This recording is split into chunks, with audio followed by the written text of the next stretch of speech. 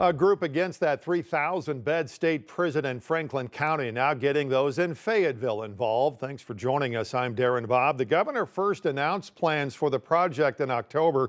She said the goal was to address the state's prison overcrowding issues. 5 News reporter Lauren Spencer was at an informational meeting tonight and has what both sides would rather see instead of that facility.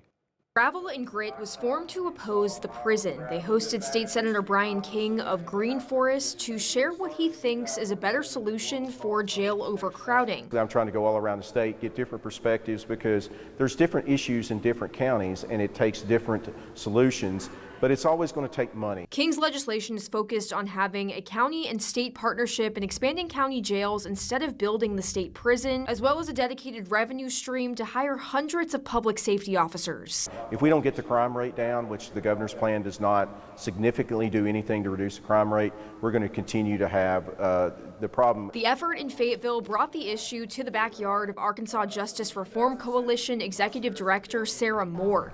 She says she doesn't like the idea of a new prison, but also isn't a fan of jail expansion. Unfortunately, the 2 bills that he's proposed are spending that we can't afford either. You know, adding additional law enforcement, adding additional jail beds.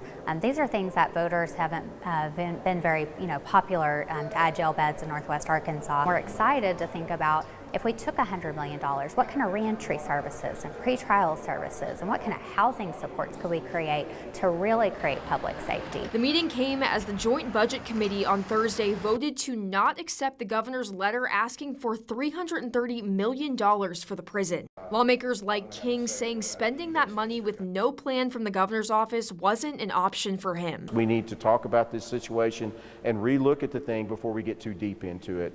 With these prison building companies know that once you're in for $400 million and you're half done, you can't quit. While others saying that's just a part of the process. One in this room can relate to a city or a county needing a water or sewer project, and what do? We give a grant so they can go get the plans, so they can understand the cost. In Fayetteville, covering news where you live, Lauren Spencer, 5 News.